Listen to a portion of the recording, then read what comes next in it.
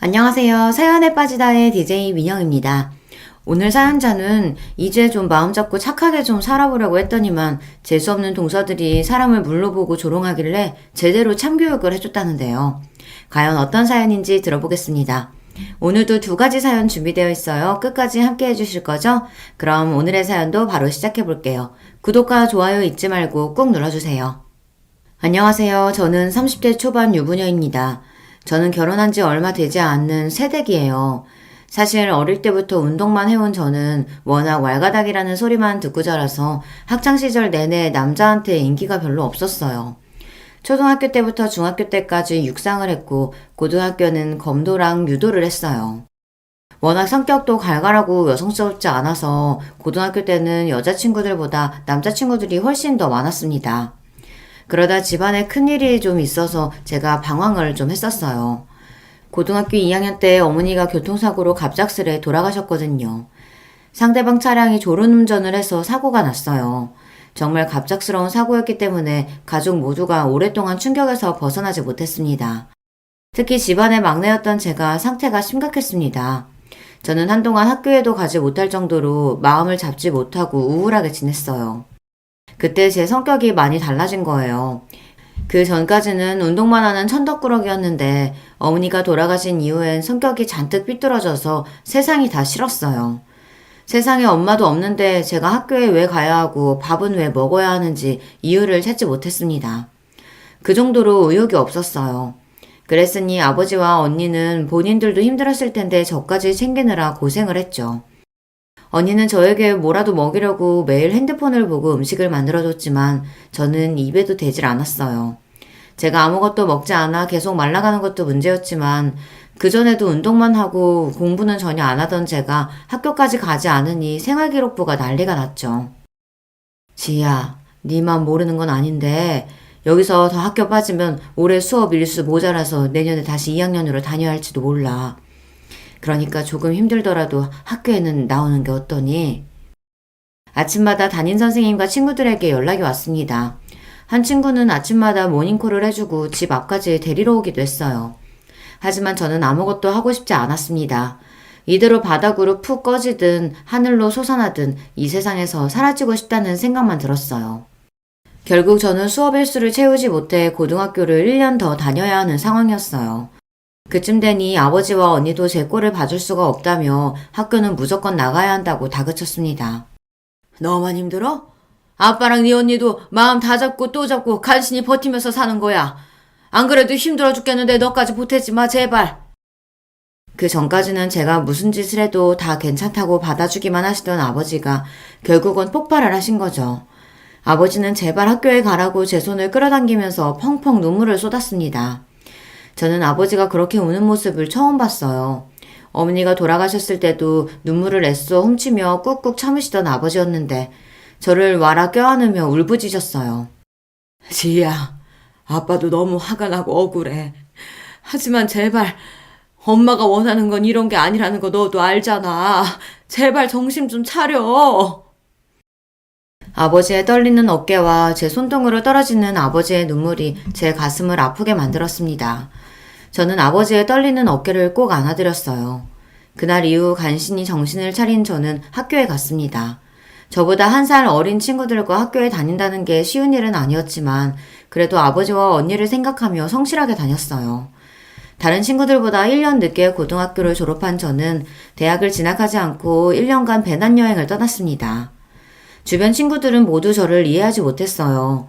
고등학교도 남들보다 1년 더 다녀서 이미 20살인데 대학도 진학하지 않고 배낭여행을 다녀오면 그때는 어떻게 살 거냐고 걱정을 했죠. 하지만 저는 그런 걱정은 하지 않았습니다.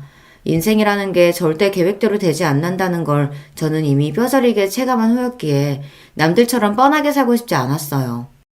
1년간의 배낭여행을 다녀온 저는 대학에 진학하지 않고 무작정 닥치는 대로 아르바이트를 했습니다. 배낭여행을 하는 동안 돈이 부족하면 아르바이트를 해서 충당했거든요. 언어가 미숙하고 경험이 없어도 그냥 없는 대로 닥치는 대로 다 했어요. 한국에 돌아와서도 저는 아무 계획 없이 제가 하고 싶은 대로 하면서 살았습니다. 그러다 보니 예기치 않은 사건, 사고도 많았어요. 식당에서 설거지 아르바이트를 할 때는 사장이 아주 고약한 사람이었는데 자꾸만 알바비를 안 줘서 결국은 식당에 있는 그릇을 다 깨부수고 나온 적도 있어요. 옷가게에서 아르바이트를 할 때는 상습적으로 환불하러 오는 손님과 머리끄댕이를 잡고 싸운 적도 있습니다. 사회 경험을 쌓겠다고 닥치는 대로 일을 했지만 사회 경험이 쌓이기는커녕 싸움 실력만 더 늘었죠. 그래도 제 경험이 다 쓸모없는 건 아닌 게 아르바이트를 하다가 남편을 만났어요. 제가 새벽에 대학병원 약제과에서 아르바이트를 한 적이 있습니다. 간단한 포장 업무였는데 거기서 남편이 약사로 일하고 있었거든요. 남편은 저보다 10살이 많아요. 처음엔 그냥 아저씨라고 생각해서 편하게 지냈는데 매일 만나다 보니 사람이 다정하고 자상한 게 너무 좋은 사람이더라고요. 거기다가 남편도 여행을 좋아해서 이야기를 나누다 보면 시간 가는 줄 모르고 대화를 했습니다. 저는 살면서 이렇게 말이 잘 통하는 사람은 처음 만나봤어요. 그러다 서로 가까워져서 연애도 하고 결혼 이야기까지 나왔어요. 제가 워낙 평범하게 살아온 사람은 아니다 보니 결혼을 한다고 했을 때 주변에서 다들 놀랐어요. 특히 저희 아버지가 가장 놀라셨죠. 남 다 가는 대학도 안 가고 취직도 안 하고 살길래 결혼은 당연히 물 건너갔구나 했는데 아이고 약사 사위를 데려오다니 나 원참 신기하네. 난 지희 네가 나보다 시집 먼저 갈 거라고는 생각도 못했다. 제부 우리 꼴통 데려가줘서 너무 고마워요. 다른 부모님들은 10살 많은 남친을 결혼하겠다고 데려오면 반대하기도 한다는데 저희 아버지랑 언니는 두 팔 벌려 환영했습니다. 오히려 저처럼 대책 없는 애랑 결혼을 해줘서 고맙다고 했어요. 남친이 나이가 많아서 결혼이 급한데 동생들이 먼저 장가가서 자기만 노총각이라고 빨리 하자고 하더라고. 그때까지는 제가 철이 없어도 너무 없었습니다. 남편이 저보다 나이가 많다 보니 결혼을 서둘렀어요. 남편한테 남동생이 둘이나 있었는데 둘 다 의사라 의대 다닐 때 진짜 결혼해서 조카도 있다고 하더라고요. 그래서 집안에서 다들 본인을 노총각 취급한답니다. 아무것도 모르는 저는 그냥 좋아하는 사람하고 같이 사는 게 결혼이라고 너무 쉽게 생각했어요. 그래서 노총각 남친을 구제해주는 셈 치고 결혼을 하기로 했습니다. 그런데 제가 결혼을 너무 만만하게 생각했나 봐요. 남편과 같이 사는 건 너무 좋지만 생각하지 못한 부분들이 있었어요. 바로 시댁 식구들입니다. 저희 시댁은 제가 생각했던 것과는 너무 달랐어요. 지금만 생각하면 제가 너무 순진했던 것 같아요. 남편도 약사인데다가 아래 동생들과 동서들도 모두 다 의사라고 했을 때 진작 알았어야 했는데 제가 너무 뭘 몰랐던 거죠. 남편의 집안은 금수저 중 금수저, 다이아몬드 수저 정도 되는 집안이었습니다. 어떻게 보면 시부모님께서 저 같은 애를 며느리로 허락하신 게 신기할 따름이었죠. 시부모님은 두 분 다 교수세요. 시아버지는 경제학 교수시고 시어머니는 간호대 교수이십니다. 두 분 다 외국에서 공부를 하고 오신 분들이라 결혼을 늦게 하셔서 연세가 많으세요. 그러다 보니 시부모님들은 저를 보시면 마냥 귀엽다고 예뻐해 주셨어요. 우리 집 맏며느리가 제일 막내로 들어올 줄 누가 알았겠어? 20대라 그런가 아기가 따로 없네. 제가 만으로 27살에 시부모님께 인사드리고 28에 결혼을 했어요. 그렇게 이른 나이는 아닌데도 시동생들과 동서들보다 제가 나이가 어리다 보니 시부모님들은 저를 아기 취급하시더라고요. 아이 그러게. 그래도 집안에는 순서라는 게 있는 거니까 나이는 어려도 둘째랑 막내가 깍듯하게 형님이라고 불러라. 너희도 형수님이라고 부르고. 저와 남편이 나이 차이가 많이 나다 보니 공교롭게도 남편 형제들과 동서들은 모두 저보다 나이가 많았습니다. 그때까지만 해도 서로 나이 차이가 있다 보니 금세 가까워지기엔 시간이 좀 걸리겠구나 싶었는데 제가 착각을 했더군요. 시동생들도 동서들도 애초에 저와 가깝게 지낼 생각이 없었어요. 시동생과 동서들은 저에 대해 잘 알지도 못하면서 제 나이와 하는 일을 듣고는 자기들 마음대로 저에 대한 편견을 갖고 무시하는 것 같더라고요. 결혼식을 치르고 얼마 되지 않아 시댁에 일이 있어서 가족들이 모두 모였어요. 식사가 끝나고 남자들은 볼링을 치러 간다길래 여자들끼리 커피를 한 잔 마시고 있었죠. 그때 작은 동서가 불쑥 저더러 이상한 질문을 하더라고요. 이제 결혼도 했는데 아직도 병원 약제과에서 아르바이트 한다면서요?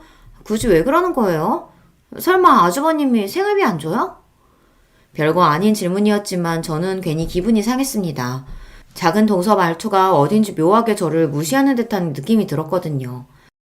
내가 일하는데 생활비를 뭐하러 받아요. 나 약재과에서만 일하는 거 아니고 옷가게에서도 아르바이트 하고 있어서 돈은 충분해요. 동서가 하는 말의 의도를 모르는 건 아니지만 저는 애써 모르는 척 제 생각대로 이야기를 했습니다.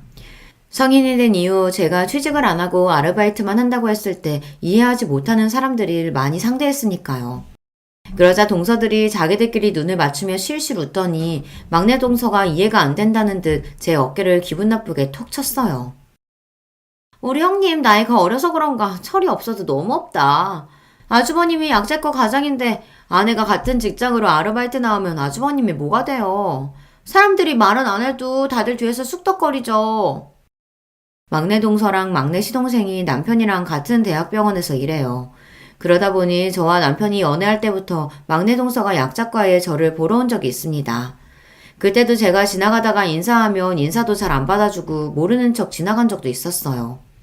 아마 제가 나이가 어리다 보니 남편이랑 대충 만나다가 헤어질 줄 알았던 것 같아요. 제 일인데 오빠랑은 무슨 상관이에요. 우리가 결혼했다고 제가 굳이 일을 그만둘 필요는 없죠.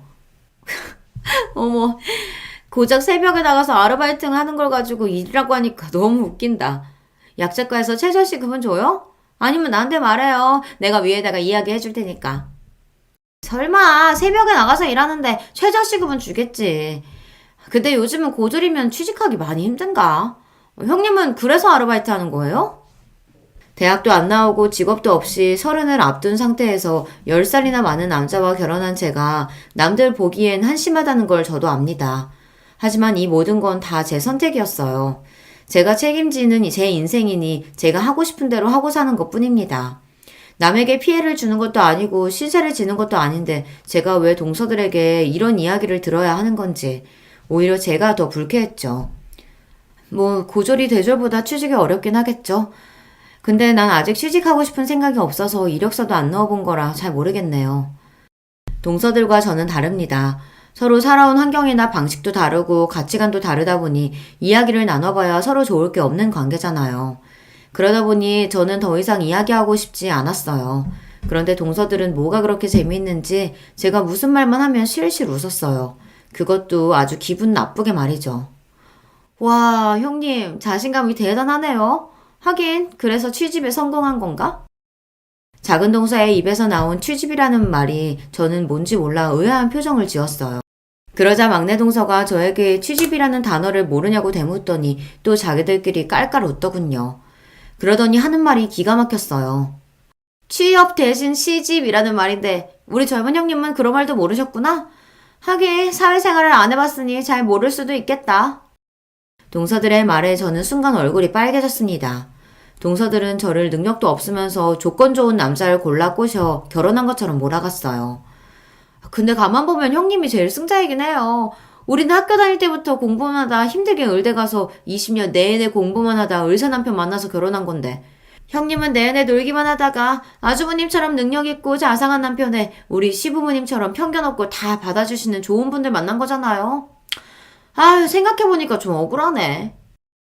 그러게, 우린 죽어라 공부하고 열심히 살아서 의사 남편을 교수 시부모님 만난 건데 형님은 노력한 것도 없이 우리 집 맏며느리 자리를 떡하니 얻은 거네요. 와, 나도 이럴 줄 알았으면 그냥 의대 가지 말걸 놀걸. 아우, 억울해. 저는 동서들 말을 듣다 너무 기가 막혀서 말문이 턱하고 막히고 말았어요. 세상에 저런 논리가 어디 있습니까? 저는 너무 황당해서 상종하고 싶지도 않았어요. 동서들은 다들 조건만 보고 결혼했나 봐요. 남편이랑 시댁을 어떻게 그런 식으로 말할 수가 있어요? 어머, 우리 형님 농담 좀 한 거 가지고 또 정색하신다. 농담이에요, 농담. 역시 우리 형님이 사회성이 좀 부족하다니까. 저는 동서들과 대화를 하다 보면 도마 위에 생선이 된 것만 같은 기분이 들었어요. 물속이 아닌 허공에 붕붕 떠 있는 것도 불안한데 자기들 마음대로 이쪽으로 썰었다 저쪽으로 썰었다 사람을 가지고 노니까요. 그러던 어느 날이었습니다. 시어머니 생신이라 며느리들끼리 선물로 오래된 냉장고를 바꿔드리기로 했어요. 그래서 동서들이랑 셋이 백화점에서 만났습니다. 사실 저는 만나기 전부터 이미 긴장한 상태였어요. 결혼하고 시댁에서 동서들을 만날 때마다 썩 유쾌한 이야기를 나눈 적이 없었기 때문에 오늘은 또 동서들이 뭘 가지고 사람을 괴롭힐까 걱정됐거든요. 더군다나 남편이나 시부모님도 없이 셋이서만 만나기로 했으니까요. 그런데 역시나 동서들은 저를 가지고 놀리려고 작정을 하고 왔더군요. 냉장고를 고르고 잠깐 커피숍에 들어가 이야기를 나누는데 막내 동서가 또 뜬금없이 사람을 긁는 이야기를 꺼냈어요. 냉장고가 600만 원이니까 새 집이 200만 원씩 내면 되겠네요. 어머, 참, 이건 그냥 큰 아주버님께 말씀드릴 걸 그랬나? 큰형님은 200만 원 내기 어려우실 거 아니에요. 동서는 그런 말을 그렇게 대놓고 해. 형님 아르바이트해서 생활비도 간신히 벌 텐데 200이 있겠어? 당연히 없지. 형님 지금 안 주셔도 되니까 아주버님한테 이야기해서 200만 원 저한테 보내주세요. 제가 결제할게요. 저는 살다 이런 사람들은 처음 봤습니다. 저는 초, 중, 고 내내 운동을 해서 그런지 한 번도 애들한테 놀림을 받는다거나 따돌림을 당한 적이 없어요. 가끔 남자애들이 놀려서 제가 발차기만 한 번 하면 다들 놀라서 그때부터는 일절 안 놀렸거든요. 물론 학교에 여자애들끼리도 서로 험담하고 괴롭히는 애들이 종종 있긴 했지만 그때는 어릴 때잖아요. 동서들은 40이 된 나이에 의사시긴 하는 사람들이 고작 이제 갓30이 넘은 저에게 왜 이렇게까지 하는 건지 이유를 알 수 없었습니다. 단순히 본인들은 열심히 공부하고 의사돼서 이런 좋은 시댁을 만난 건데 저는 아무것도 한 거라고는 없이 좋은 시댁을 만나 편하게 누리고 사는 것 같으니 뭔가 억울하고 화가 나는 걸까 싶기까지 하더라고요. 아무리 그래도 특별한 이유도 없이 만날 때마다 사람을 무시하는데 저도 슬슬 화가 나고 스트레스가 쌓이더군요. 동서들이 내 걱정해주는 건 고마운데요. 나 20살부터 아르바이트 시작해서 모아놓은 돈 많아요. 결혼할 때 혼수랑 예단도 아버지 도움 없이 내가 다 할 정도로 모았는걸요. 그러니까 돈 200만 원 없을까봐 내 걱정할 필요 없어요. 냉장고 값은 내가 오늘 결제할 테니까 동서들이 편할 때 나한테 돈 보내줘요. 저도 괜히 자존심이 상해서 냉장고 값은 제가 먼저 내겠다고 큰 소리를 쳤습니다. 이건 돈에 대한 문제가 아니에요. 동서들의 마음 깊은 곳에 박혀있는 저에 대한 편견이 자꾸만 저를 건드렸습니다. 나이 어린 손윗동서라는 게 나이 많은 동서들에게는 쉽지 않다는 거 저도 잘 압니다. 그래서 저도 실수 안 하려고 시댁에만 가면 항상 긴장하고 조심하려고 했어요. 자꾸만 저를 무시하는 동서들에게도 저는 책 잡히고 싶지 않았고요. 그래서 말도 꼬박꼬박 존댓말을 했습니다. 그런데 동서들은 저를 너무 배려하지 않았습니다. 아니, 배려까지는 바라지도 않아요.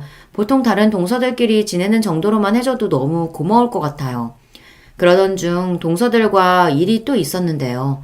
제 기억에 시어머니 생신 때였던 것 같아요.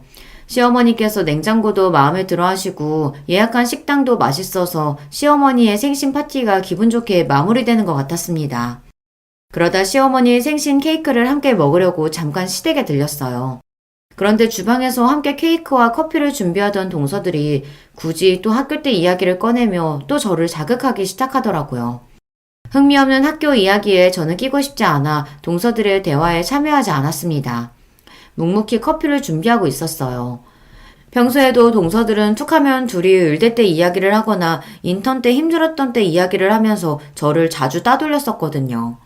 그런데 그날은 이상하게 굳이 저에게 질문을 해주더라고요. 형님은 이런 이야기 재미없나? 하긴 형님이랑 우리랑은 나이 차가 있어서 세대 차이 나기는 하겠다. 형님이 나랑 7살 차이니까 11학번인가? 아니다, 12학번? 에이, 형님. 큰형님 대학 안 나왔잖아요. 학번이 어디 있어요. 대학은 안 나왔어도 친구 중에는 대학 간 사람 있을 거 아니에요. 친구들이 12학번이에요? 저는 이제 와서 동서들이랑 학번 이야기를 왜 해야 하는 건지 이해가 되지 않았어요. 하지만 대충 받아줬습니다. 그런데 그게 또 화근이 돼서 동서들이 신이 났어요. 친구들은 12학번인데 난 고등학교를 1년 더 다녀서 만약 대학 갔으면 13학번이에요.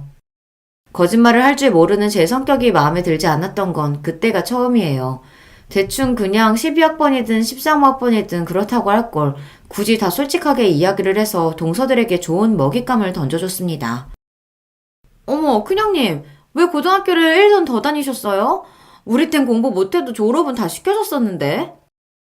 동서는 뭘 그런 걸 꼬치꼬치 물어봐. 안 들어도 뻔하지. 뭐 우리 형님 학교 다닐 때 방황을 좀 세게 했나봐요. 무슨 사고를 쳤길래 유급까지 당했어요? 썰 좀 풀어봐요. 그래요. 우리 공부만 한 범생이라 학창시절에 재미있는 썰 하나도 없는데 얘기 좀 해줘요. 순간 저는 누군가 제 목을 조여오는 것처럼 답답한 기분에 휩싸였습니다. 평소 동서들과 사이가 좋았다면 그 정도 질문 가지고 힘들지는 않았을 텐데 동서들이 어떤 의도를 가지고 저를 닥달하는지 알다 보니 숨이 더 막히더군요. 그때였어요. 케이크를 가지러 주방에 들어온 남편이 동서들이 하는 이야기를 들었는지 인상을 구겼습니다. 재수씨들은 뭐가 그렇게 재밌어서 사람을 몰아붙여요. 이 사람 고등학교 때 어머니가 사고로 돌아가셨어요. 그래서 학교에 못 나갔던 거고요. 이제 좀 궁금한 게 풀렸어요? 저희 친정어머니가 고등학교 때 사고로 돌아가셨다는 걸 남편이 시부모님께는 결혼 전에 말씀드려 알고 계셨지만 시동생들과 동서들은 모르고 있었어요. 굳이 자세하게 설명할 일은 아니라고 생각해서 그냥 돌아가셨다고만 했습니다. 동서들에게 남편이 이런 식으로 이야기할 일은 아니었지만 동서들이 자꾸만 저에게 선을 넘으니 남편도 화가 났던 것 같아요. 이 형님은 그런 일이 있었으면 그냥 얘기를 하시면 되지. 사람 민망하게 또 왜 가만히 계셨어요? 그러게 괜히 우리만 또 나쁜 사람 됐네. 아주버님 저희는 정말 몰라서 그런 거예요. 나쁘게 생각하지 마세요. 동서들은 당황한 얼굴로 남편에게 일부러 그런 게 아니라고 변명을 하며 급하게 주방을 나갔어요. 남편은 동서들이 나가자마자 걱정스러운 표정으로 이런 일이 또 있었냐고 저에게 물었어요. 하지만 저는 처음 있는 일이라고 대충 둘러댔습니다. 안 그래도 저와 동서들 사이를 남편은 항상 주시하고 걱정하고 있었는데 사소한 일로 괜히 신경 쓰게 하고 싶지 않았거든요. 그리고 저도 그제서야 동서들이 어떤 사람인지 감이 좀 잡혔습니다. 사실 그 전에는 동서들이 저를 무시하고 말도 안 되는 막말을 했어도 시간이 지나면 저러다 말겠거니 했어요. 저보다 나이도 많고 배울 만큼 배웠다는 사람들이니 그 정도로 개념이 없는 사람일 거라고 생각했거든요. 그런데 제가 사람을 잘못 봐도 한참 잘못 봤더군요. 동서들은 개념이 없는 정도가 아니라 기본적인 인성 자체가 글러먹은 인간들이었어요. 더는 상종할 필요 없겠다 싶었습니다. 하지만 제가 아무리 상정하고 싶지 않다고 해도 가족으로 엮인 관계이다 보니 아예 안 보고 살 수는 없었습니다. 그나마 다행인 거는 동서들이 둘 다 의사다 보니 병원 일이 바빠 시댁 행사에 자주 빠지는 일이 많았어요. 명절에도 병원에 일이 있으면 출근을 해야 한다고 해서 명절에 시댁에 며느리는 저만 간 적도 허다했습니다. 그때마다 시부모님은 저에게 부담을 주는 것 같다고 저도 오지 않아도 된다고 하셨어요. 이번 명절에 둘째 막내 둘 다 근무를 하고 명절 지나고 온다고 하네. 우리는 제사도 없고 특별히 할 일 없으니까 그네 너도 그냥 일찍 친정 가서 쉬어. 아니면 둘이 여행이라도 다녀오던지. 동서들이 거지 같아도 제가 시댁에 가는 걸 싫어할 수 없는 게 시부모님은 너무나도 좋으신 분들이에요. 주변 친구들한테 이야기하면 세상에 너희 시부모님 같은 분들이 없다고 할 정도로 너무 좋으세요. 평소에도 절대 먼저 전화하시는 일도 없고 제가 안부 전화를 일주일에 한 번 정도 드려도 번거롭게 전화하지 않아도 된다고 편하게 이야기해 주시죠. 거기다가 명절에도 일이 있으면 올 필요 없다고 항상 먼저 이야기를 해주세요. 더군다나 저와 남편이 결혼하고 2, 3년 동안 아이를 갖지 않았는데도 한 번도 아이는 언제 가질 거냐는 식의 이야기를 꺼내신 적도 없습니다. 오히려 동서들이 쓸데없는 참견을 하기는 했지만요. 큰형님은 결혼한 지 꽤 된 것 같은데 왜 애를 안 가져요? 한 살이라도 어릴 때 가져야지. 나이 먹어서 키우려고 하면 너무 힘들어요. 혹시 우리 아주버님이 나이가 많아서 영 안 생기는 건가? 동서들은 둘 다 결혼하자마자 애를 낳아서 조카들이 벌써 다들 초등학교 고학년이에요. 동서들은 둘 다 일이 바쁘다 보니 친정에서 애들을 다 봐주시는 것 같더라고요. 요즘은 여자가 젊어도 안 생기는 경우가 많던데 어차피 낳을 생각 있는 거면 하루라도 빨리 병원에 가봐요. 아주버님 나이도 있는데 더 늦어지면 못 낳을걸요? 제가 먼저 애 낳고 싶다고 말한 것도 아닌데 동서들은 우리 부부가 애를 낳네 못 낳네 하면서 자기들끼리 떠들었어요. 참 저에게 관심이 많았습니다. 우리는 연애할 때부터 아이는 생기면 낳고 안 생기면 그냥 둘이 재밌게 살자고 이야기했던 거라 굳이 걱정 안 해요. 남편도 저도 둘 다 결혼했다고 꼭 아이를 가져야 한다고 생각하는 편은 아니라서 아이 문제는 구체적으로 생각해 본 적이 없었어요. 형님은 참 눈치도 없다. 그 말을 믿어요? 남자들 100이면 100, 다들 애가 있든 없든 상관없다고 말해요. 근데 그거 다 여자 부담 가질까봐 하는 말이지 속으로는 다 낳고 싶어 하죠. 우리 신랑도 애 안 낳아도 된다더니만 결혼하고 반년 지나자마자 왜 애가 안 생기냐고 병원 가보자고 했다니까요.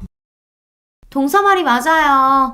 아주버님 우리 애들 태어났을 때 얼마나 예뻐했는데요. 자기 자식 낳으면 아주 난리 날걸요? 맞다. 아주버님 아기 엄청 좋아하시지?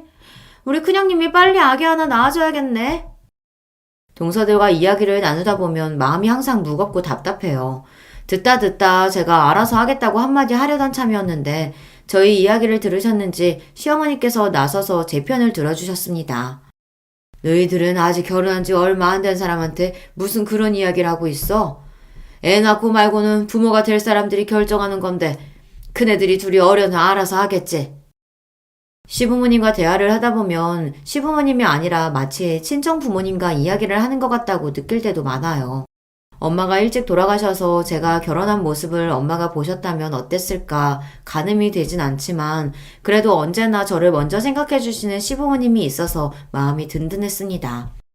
그렇다 보니 저는 시부모님이 굳이 올 필요 없다고 하셔도 알아서 시댁에 자주 갔어요. 명절에도 오지 말라고 하셔도 제가 먼저 일찍 찾아뵙고 인사를 드렸습니다. 한 번은 명절에 저희 부부와 시부모님과 함께 여행을 가기로 했습니다. 동선애들은 다들 바쁘다고 해서요. 시아버지께서 전에 일본에 한 번도 가본 적이 없다고 하신 게 생각나서 일본 온천 여행을 제가 예약했거든요. 제가 20대 때 배낭여행으로 혼자 갔던 일본 시골 온천이 있었는데 너무 좋았었거든요. 역시나 시부모님도 너무 좋아하셨어요.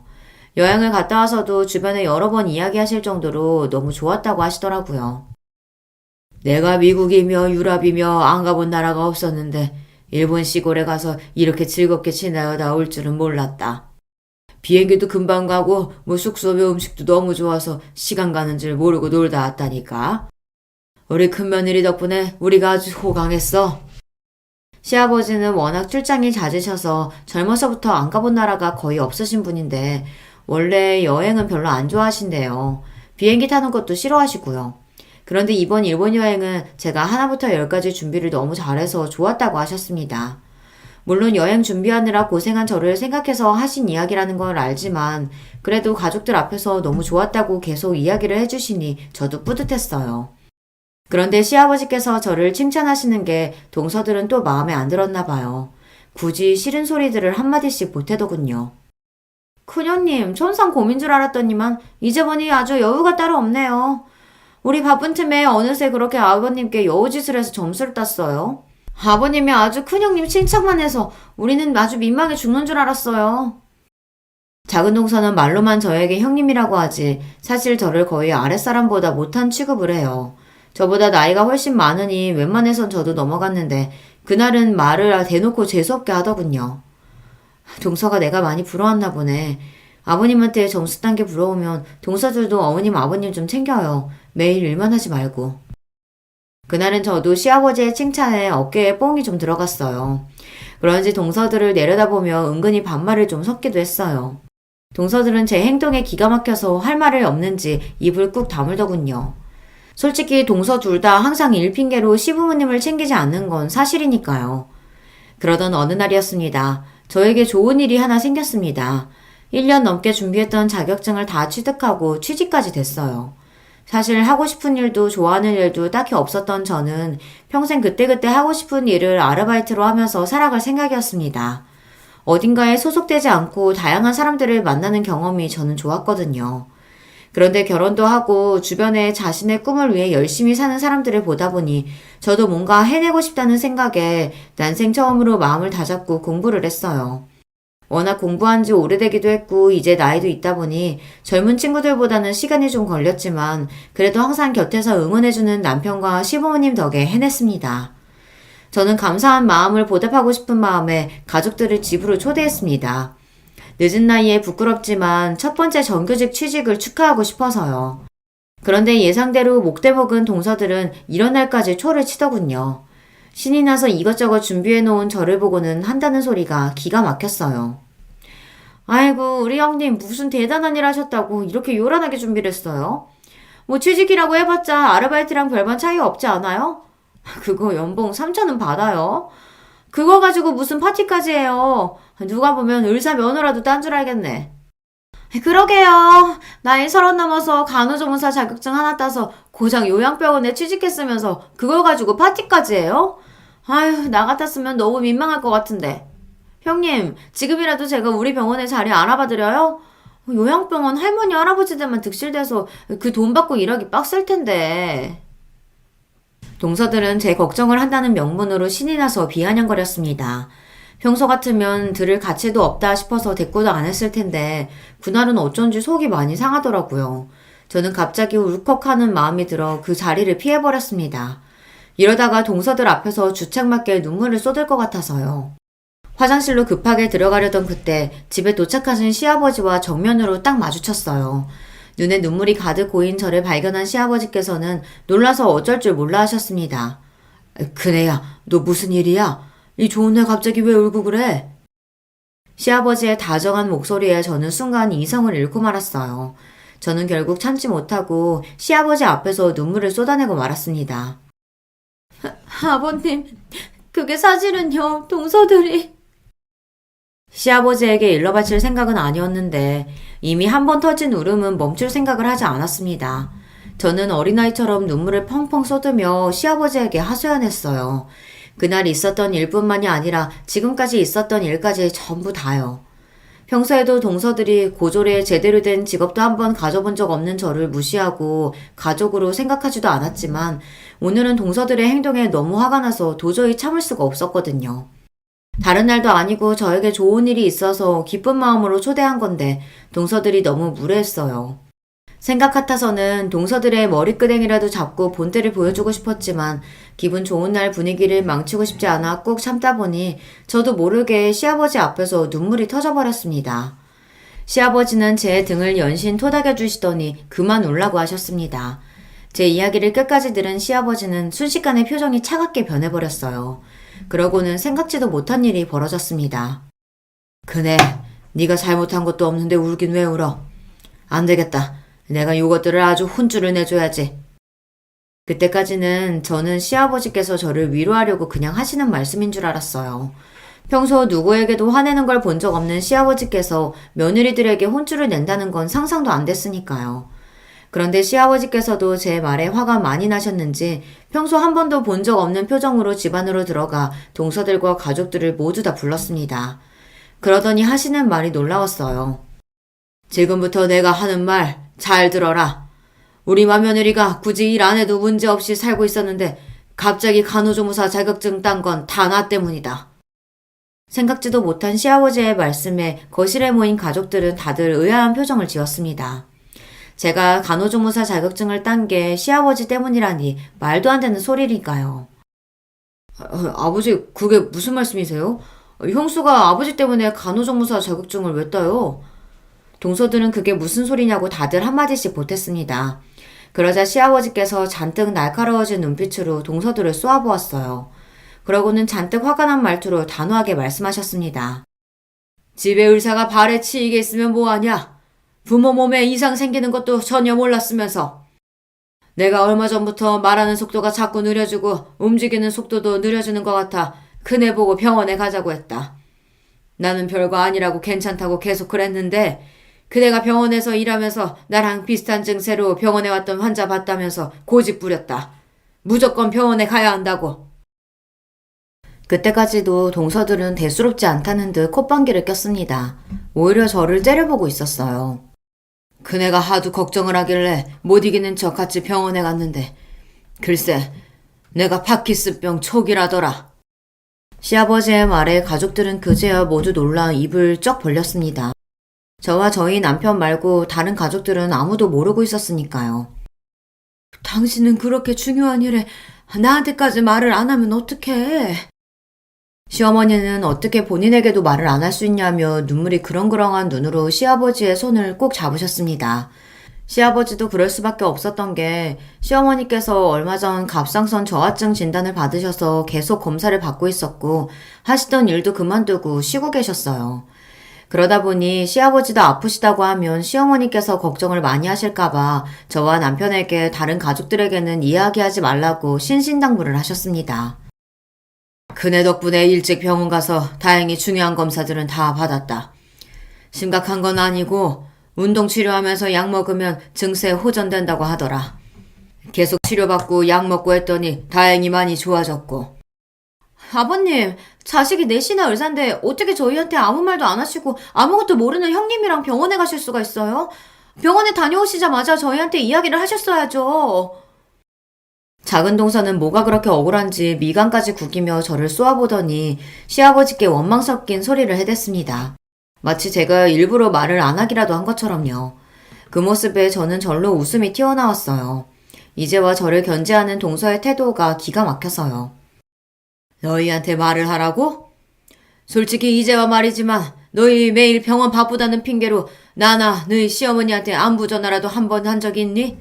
명절이고 생일 때도 일 있으면 당연하게 오지도 않아서 1년에 한두 번 볼까 말까인데 내가 그거 조금 아프다고 너희한테 뭐라고 말을 해?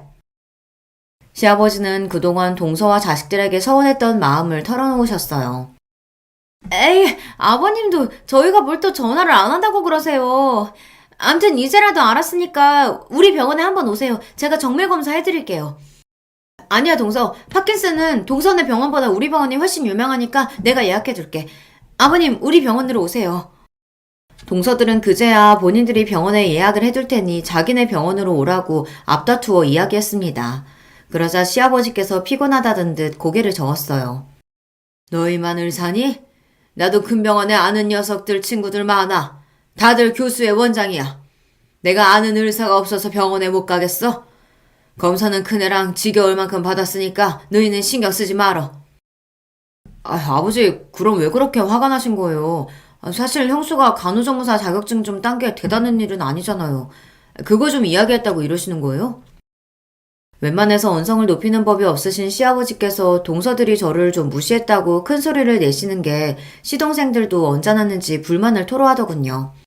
그러자 시아버지는 다시 한번 한숨을 깊게 내셨어요.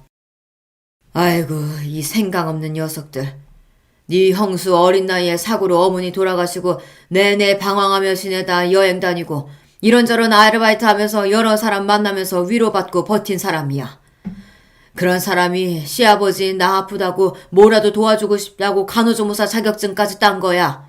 요양병원으로 취직한 것도 그 병원에 파킨슨 요양 환자가 많다는 소리 듣고 바로 이력서 넣었고 내 병에 대해서 공부해서 옆에서 도와주겠다고. 그 마음이 얼마나 기특하냐? 그랬습니다. 사실 공부에 공짜도 모르는 제가 갑자기 간호조무사 공부를 시작한 건 시아버지께서 파킨슨병 초기라는 것을 알게 된 뒤였습니다. 제가 병원 약제과에서 일하면서 병원에 대기하고 계신 분들을 만날 일이 많았어요. 그분들을 보면서 느낀 게 당신이 아프신 것도 힘들 텐데 항상 자식들 눈치를 보신다는 겁니다. 김병에 효자 없다, 아프면 죽어야지 이런 마음에도 없는 소리를 하면서 애써 서운한 마음을 숨기시는데 그런 모습을 볼 때마다 저는 마음이 너무 아팠습니다. 자꾸만 돌아가신 어머니가 떠올라서요.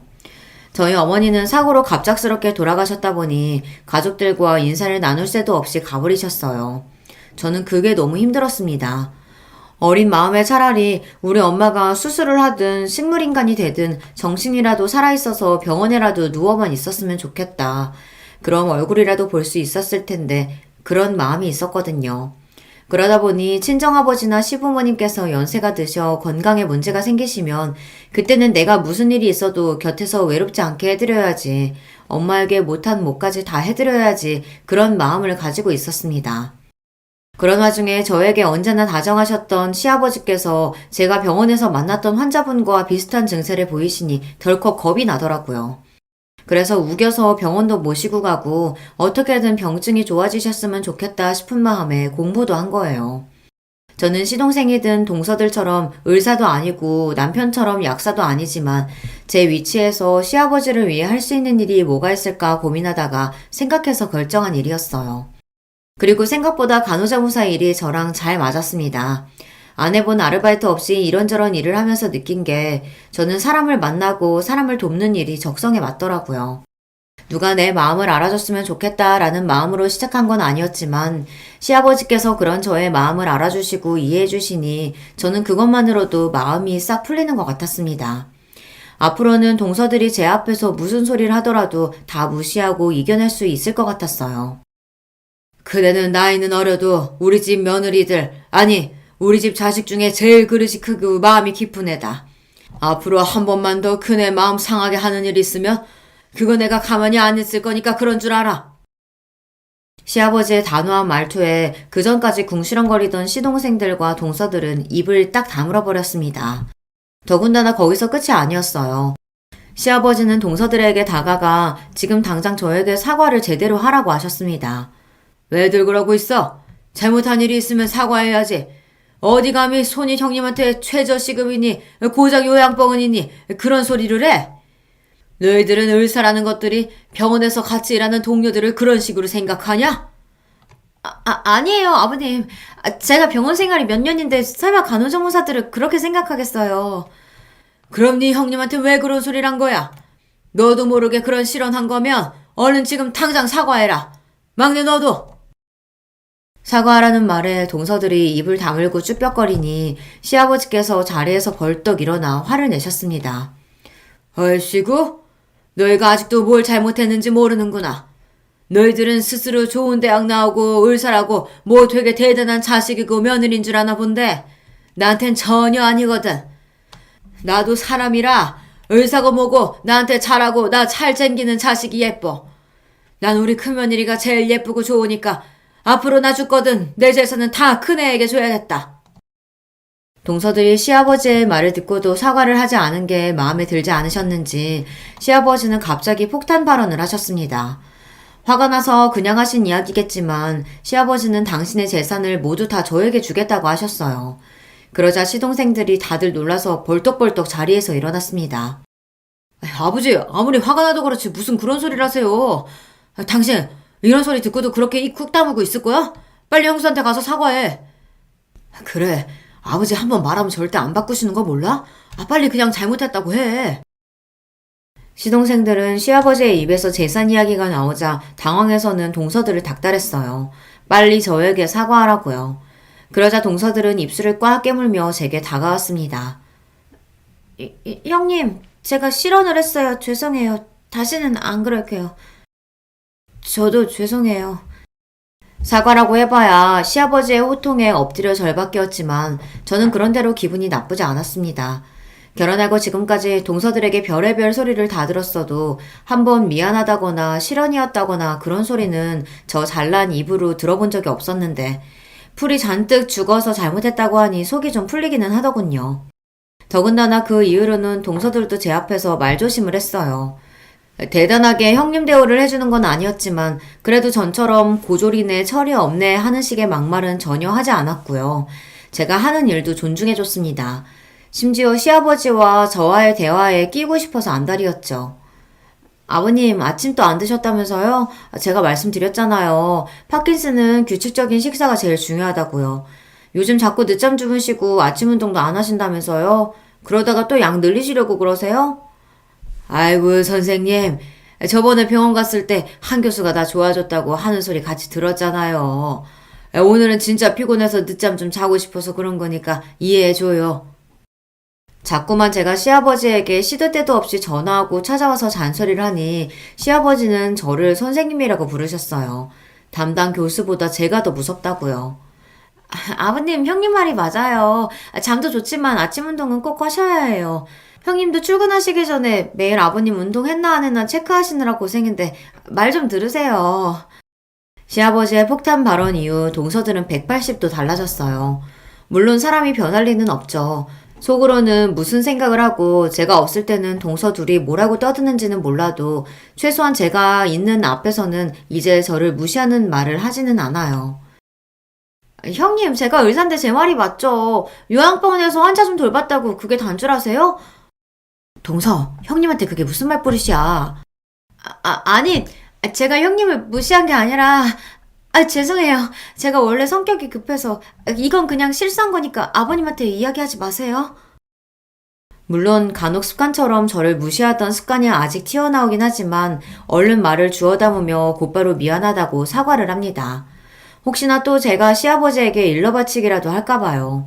시아버지 덕분에 동서들과 지내는 게 전처럼 힘들지는 않아요. 그리고 저도 요양병원 일이 생각보다 고되다 보니 다른 데 신경 쓸 여력이 없습니다. 지금은 제 일과 시아버지의 건강이 제일 중요해요. 그러다 보니 생각 없는 동서들과 신경전을 할 여유 같은 건 없는 거죠. 이렇게 나이가 들다 보면 언젠가는 동서들과도 그 전에 있었던 일을 웃으면서 농담처럼 말할 수 있을 때가 올 거라고 기대합니다. 제가 이제는 어머니를 떠올려도 더는 억울한 마음이 들지 않는 것처럼 말이죠. 여러분은 저와 같은 경험을 하신 적이 있으세요? 절대 용서할 수 없을 것만 같은 대상을 용서한 적이요. 그런 경험이 있으시다면 댓글로 남겨주세요. 저와 비슷한 일을 겪으신 분들의 댓글을 보면 저도 다시금 마음을 다잡고 용기를 내며 살 수 있을 것 같습니다. 두서없이 써내려간 저의 이야기 끝까지 들어주셔서 감사해요. 여러분의 가정에는 언제나 행복한 일만 가득하시길 바랄게요. 안녕하세요. 저는 30 중반의 여성입니다. 날도 더운 김에 제가 겪었던 아주 황당한 이야기 하나를 여러분하고 나눠보고 싶어서 사연을 보내봐요. 저는 결혼했지만 전업주부는 아니고요. 나름 열심히 일하고 경력에 욕심이 있는 잘 나가는 아줌마입니다. 비록 결혼하고 유부녀가 되었어도 최소한의 휴직만 빼고는 계속 일을 하고 있어요. 현재는 변호사로 법조계에서 일을 하고 있습니다. 결혼은 20대 후반에 했어요. 남편은 동갑의 같은 업계 사람이었고요. 사람이 참 순하면서도 착해서 좋아했어요. 사실 제가 이렇게 말하면 많은 분들이 안 믿고는 하는데요. 왜냐하면 남편이 꽤 잘생기고 키도 커서 대부분의 사람들이 제가 남편 얼굴을 보고 좋아했을 거라고 생각하더라고요. 뭐 잘생긴 외모가 분명히 플러스가 된 부분은 있었죠. 하지만 그게 다는 아니라는 거를 잘 알았기 때문에 그저 잘생기기만 했다면 결혼까지 하지는 않았을 겁니다. 저도 나름대로 잘 사는 부모님이 있고 저 자신도 꽤 괜찮은 능력을 가진 아가씨였으니까요.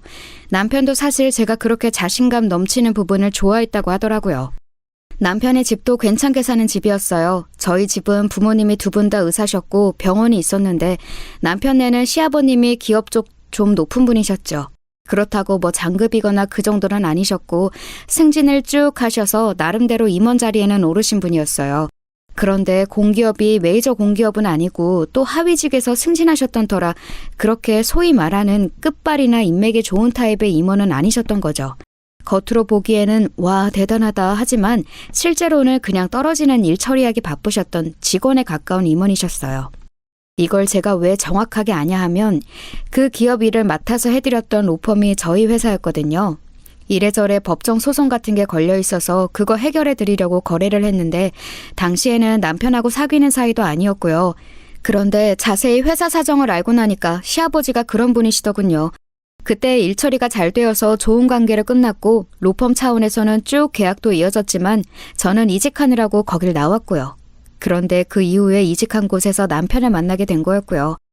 저희 시댁에서 저를 참 많이 예뻐하셨답니다. 제가 그렇게 막 사근사근한 성격은 아니에요. 그런데 제가 일하는 모습을 직접 보셨던 시아버지께서는 우리 며느리가 아주 똑똑하고 딱 부러진다면서 저 같은 사람이 조직에 있으면 정말 무척 좋다고 칭찬을 많이 하셨었지요. 시아버지께서도 남편이 저를 며느리감이라고 데려왔을 때 많이 놀라셨지만 또 기쁘셨다고 하기도 하셨어요. 저도 물론 놀라기는 했었지만요. 남편은 밑으로 두 동생이 있었어요. 한 명은 남동생, 한 명은 여동생. 보통 시누이가 골치 아플 거라고 생각하고는 하는데 저희 시누이는 저하고 되게 쿵짝에 잘 맞는 사람이었어요. 시누이는 여성스럽거나 새침한 타입이 아니고 좀 호방하고 호쾌하다고 할까? 웃음소리도 크고 이런저런 궁리 없이 직설적으로 말하고 그 자리에서 감정 풀어버리는 타입이었거든요. 저보다 나이는 어려도 굉장히 호탕한 사람이라서 제가 무척 좋아하게 되었어요. 그래서 뭐 별다른 일이 없어도 시누이가 저의 직장 근처로 왔을 때 같이 커피 마시고 식사도 하고 제가 시누이의 직장 근처로 가면 같이 공연도 보고 그랬었죠. 시누이가 공연 제작 관련 일에 종사하고 있었거든요. 그래서인지 아주 오빠들 휘어잡는 카리스마도 대단했고요. 도리어 시동생이 좀 거슬리는 타입이었어요. 어릴 적에 시동생이 남편보다 공부를 더 잘했다고 하더라고요. 초등학교 때부터 고등학교 때까지 쭉 그랬대요. 남편은 그냥 중학교 때 평범하게 반에서 3등 안에 드는 모범생이었고 시동생은 전교에서 노는 우동생이었다고 하고요. 그러니 시동생은 특목고를 목표로 하다가 결국 외고로 진학해서 거기서도 공부를 잘해서 우수한 성적을 거뒀다고 들었어요. 그런데 그러다가 대학 시험에서 삐끗 실수를 해서 재수를 하게 되었던 거죠. 근데 재수를 해도 결과가 안 좋아서 결국 대학은 남편이 더 좋은 대학과 과를 나오게 된 거였고요. 시동생은 대학에 가서 공부를 정말 열심히 했지만 학점은 엄청나게 좋게 받고 계속 장학금을 받았는데도 취업도 굉장히 어렵게 했다더군요. 그렇게 열심히 공부한 학생이 만약 이과였다면 성격에 상관없이 좋은 곳에 취업을 했을지도 모르는데 안타깝게도 문과에 심지어 경영학과였거든요. 본인은 마케팅을 하고 싶어 했고요. 그런데 문제는 시동생이 사회성이 진짜 모자랐다는 거였어요. 시동생은 누구하고 얼굴 맞대고서 말하는 것도 힘들어했고 사교성은 아예 없었거든요. 마케팅 쪽은 많은 사람들 앞에 나가서 기획 설명하고 발표하는 것도 많은 직종인데 시동생이 그걸 할 수 있을 리가 없었죠.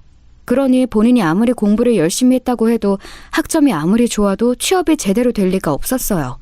스펙을 열심히 쌓기는 했는데 마케팅은 주로 공모전을 보지만 공모전 쪽 아이디어도 딱히 반짝이는 타입은 아니라서 그냥 노력으로 쌓는 스펙만 많았고요. 결국은 마케팅이 아니라 그냥 일반 경영 쪽으로 중견기업에 취직하더군요. 나름대로는 돈도 많이 주고 괜찮다고 하는 기업이었어요. 보통 그래도 거기 다니면 아 거기? 라고 일부 사람들이 이름을 기억하는 정도의 기업이었으니까요. 나름 나쁘지 않았죠. 그런데 문제는 시동생이 그렇게 대학 때부터 남편보다 못 나가기 시작하면서부터 남편을 질투했다는 거였어요. 남편은 되게 온화하고 남이 어떻게 잘 나가나 못 나가나 이런 것에 아예 관심이 없는 사람이었거든요. 그냥 누가 뭐라고 해도 그러려니 하고 지나가는 타입이었고요. 그런데 시동생은 자기가 열심히 노력하는 만큼 남보다 뛰어나기를 바라는 편이었어요. 그런데 고등학교 때까지 자기보다 못하던 형이 대학부터는 비교하지 못할 정도로 잘 나가기 시작하니까 시동생은 질투가 날 수밖에 없었던 거였죠. 남편은 시동생이 뭐라고 하거나 말거나 아무 생각 없이 넘어가는 사람이었는데 결혼하려고 가족들끼리 모두 만난 날부터 저는 시동생이 거슬렸어요. 남편이나 여동생인 시누이가 저렇게 성격 좋은 사람들인데 어째서 시동생만 저런지 알 수가 없더라고요. 시부모님도 다들 좋은 분이셨는데 딱 시동생 하나만 무척 거슬리는 타입이었어요. 시동생은 남편한테만 그렇게 질투를 한 것도 아니었었죠. 심지어 남편 부인, 그러니까 형수인 저한테도 질투를 하더라고요. 예, 제가 로펌에서 변호사로 법조계에서 일하고 있으니 그게 또 고가워 보인 것 같았어요. 나이는 남편하고 제가 동갑이니 시동생보다는 한 살 많았죠. 비슷한 나이에 저나 남편이나 훨씬 잘 나간다고 여겼는지 저한테도 아주 날카롭게 반응할 때가 많았어요. 제가 시부모님하고 저희 회사 이야기를 하고 있으면 인공지능으로 가장 먼저 일자리가 없어질 업종이 법조계라고 하면서 다른 직종으로 이직 알아봐야 하는 거 아니냐고 비웃을 때도 있었고 법조계라고 해도 뭐 판사처럼 변호사가 영향력을 미치는 건 아니냐고 할 때도 있었고 그랬어요. 말로 시동생 혼내는 건 솔직히 저한테 일도 아니긴 했죠. 그런데 대부분 시동생을 만나는 자리가 시부모님하고 같이 있는 자리였고 굳이 어른들 계신 곳에서 시동생하고 트러블 만들고 싶지는 않았어요. 시부모님도 못마땅했다며 들이받았겠지만 그것도 아니고 도리어 무척 좋은 분들이셨거든요. 며느리가 시부모님 인품이 좋다고 한다면 그건 틀림없이 좋은 거예요. 그 정도로 저희 시아버지하고 시어머니는 온화하고 다정한 분이셨거든요. 그래서 솔직히 저는 시동생이 결혼 못할 줄 알았어요. 처음 만난 사람하고 눈 마주치고 이야기도 제대로 못할 정도로 사회성이 떨어지는 남자가 심지어 외모도 별로였거든요. 남편은 키도 훤칠하고 사람이 번듯하고 의젓한 데가 있었는데 시동생은 아예 그런 면이 없는 사람이었어요. 왜소하고 마르고 키 작고 뭐 그런 건 상관없어요. 자기 관리 잘하는 사람들은 그마저도 자기 매력으로 승화시키는 남자들이 있으니까요. 그런데 그저 공부하고 뭐를 읽거나 보거나 하는 것에만 집착할 뿐이지 외모나 건강에 대한 자기 관리는 조금도 하지 않더라고요. 그렇다고 됨됨이가 온화하거나 반듯하기를 하나 그것도 아니고 운동은 전혀 하지 않아서 시간이 흐를수록 점점 더 거북목이 되어가는데 아랫배는 튀어나왔고요. 마른데도 아랫배가 나오는 체형이 그렇게 꼴보기 싫은 줄 그때 처음 알았어요. 그런데 저랑 남편이 결혼하고 나서 3년쯤 지났던 어느 날 시동생이 갑자기 결혼할 여자를 데리고 온다고 하더군요. 가족들이 다 같이 봤으면 좋겠다고 시동생이 요청했다기에 어쩐 일로 그런 생각을 다 했나 싶어서 남편하고 같이 바쁜 와중에도 시간을 냈어요. 시댁으로 와서 잠깐 차만 마시고 간다기에 그런가 보다 했죠. 시동생이 그 꼴에도 어떻게 신부감을 데려왔구나 우습기도 했고요. 와, 그런데 들어온 여자친구를 보니까 눈이 튀어나올 뻔했어요. 엄청나게 예쁜 미인이더라고요. 키는 거의 170 중반쯤 되는 것 같아서 심지어 시동생보다 한 4.5cm는 큰 것 같았고요. 구두 안 신고 맨발로 집안에 들어왔을 때 본 거니 거의 정확할 거예요. 게다가 거의 완벽하게 다듬어진 피부며 패션이며 보통 사람이 아니더군요. 제가 일하면서 일반인도 보고 연예인도 봤지만 분명히 연예계 쪽 관리를 받은 사람으로 보였어요. 그리고 충분히 그럴 만한 미모였죠. 눈은 크고 날씬하고 머리 길고 남자들이 거의 환장할 만한 외모더라고요. 시동생은 거의 그 여친한테 혼이 나간 것 같았어요. 제가 봐도 그러게 생기긴 했어요. 시동생은 예비동서에 비하면 정말 너무, 이런 말은 너무한지 모르겠지만 모자라 보였다고 해야 하나요? 예비동서 옆에는 잘생긴 배우가 서 있어야 할 것 같더라고요. 멋진 남배우 아니면 재벌 총수라든가 그 정도로 미인이었어요. 물론 예비동서 곁에 진짜 연예인 여배우가 서 있으면 또 어땠을지 모르겠는데 저희는 항상 연예인을 보는 게 아니잖아요. 일반인 기준으로 맞춰져 있는 눈에는 그 정도로 예뻐 보였던 거였죠. 그러니 시동생은 대체 어땠겠어요. 그리고 거기에 더해서 시동생이 어깨에 아주 힘이 잔뜩 들어간 게 보이더군요. 엄청난 미모의 아내감을 데려왔으니 거기에서부터 일단 저와 저희 남편한테 이겼다고 생각하는 게 눈에 보였어요. 솔직히 좀 웃기기는 했거든요. 아니 예비동서가 미인인 건 맞지만 그게 뭐라고 저희 부부한테 우월감을 느끼면서 웃으대는지 말이에요. 웃기잖아요. 이야기를 나누다 보니 예비동서는 미인대회 출신이더군요. 그렇다고 미스코리아급은 아니고 무슨 지방 쪽에도 미인대회가 있었나 봐요. 저는 그런 쪽에는 통 관심이 없어서 잘 몰랐는데 미스코리아가 아니어도 대단한 대회라면서 시동생이 거의 침을 튀겨가면서 열변을 토했어요. 미인대회 출신이건 아니건 이미 보이는 그대로 대단히 미인이던걸요. 그 스펙을 굳이 안다고 해서 달라질 건 없었지만 저나 남편이나 어쨌든 가족이 될 사람이니 열심히 칭찬하면서 장단을 맞춰주었습니다. 새로 만난 사람이 기분 좋아서 나쁠 건 없었으니까요. 예비동서는 전체적으로 새침하다는 인상이었어요. 별다른 말도 없이 그냥 고개만 까딱거리면서 앉아있더라고요. 보통 예비 며느리로 시댁 식구들 뵐 때는 좀 싹싹하게 웃기도 하고 사근사근하게 이야기도 하고 그렇지 않나요?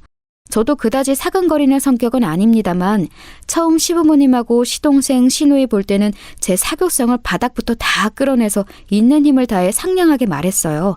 사실 평생 동안 같이 볼 사이인데 처음에는 서로 성의를 다하는 게 맞다고 생각하기도 하고요. 그런데 예비동서는 뭐랄까 누구나 자기 비위를 맞춰주는 게 익숙한 얼굴을 하고 있다고 할까요?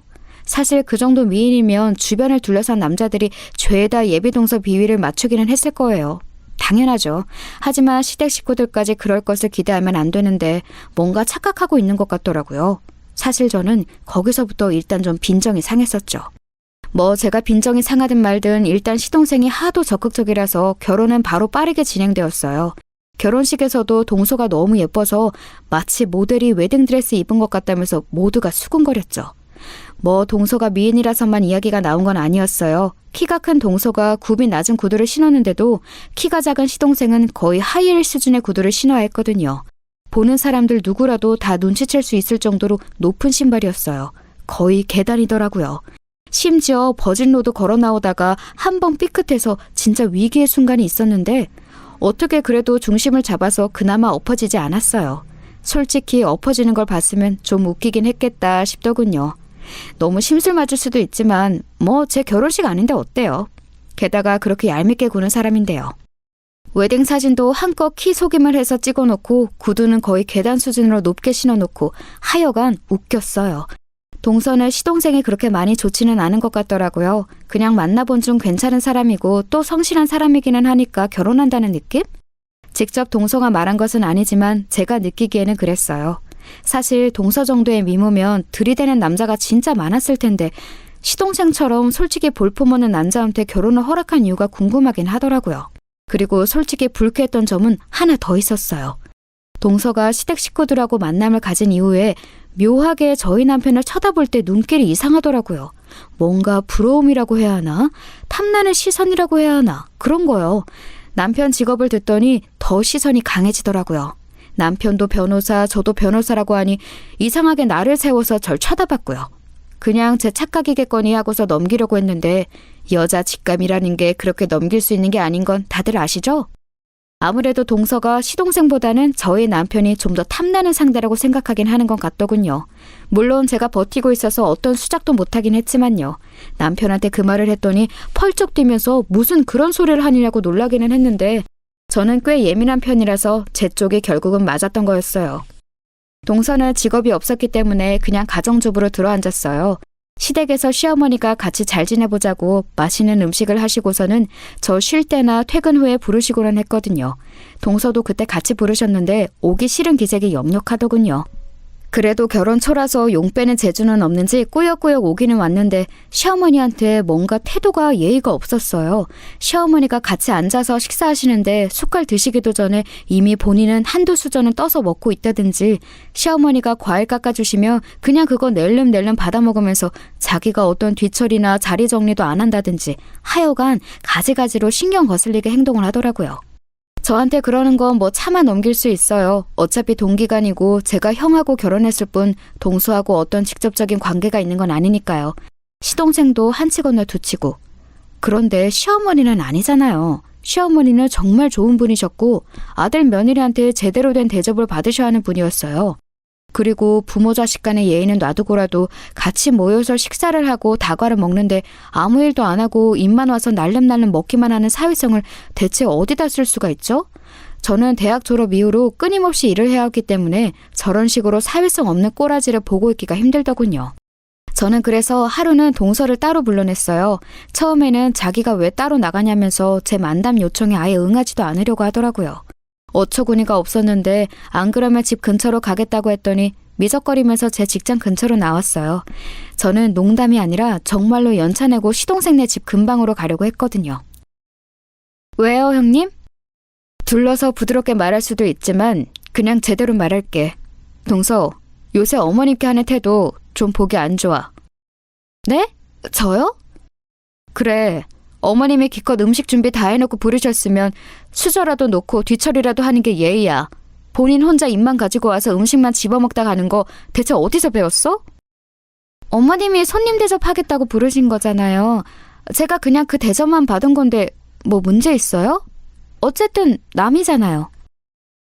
동서는 눈을 동그랗게 뜨고서 대들더군요.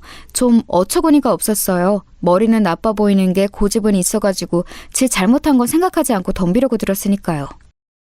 어머님하고 그냥 손님 주인 사이로 남을 거야? 나중에 우리 시부모님 유산 자식한테만 남겨주실 건데 동서는 자식이 아닌 거지? 네? 뭐라고요?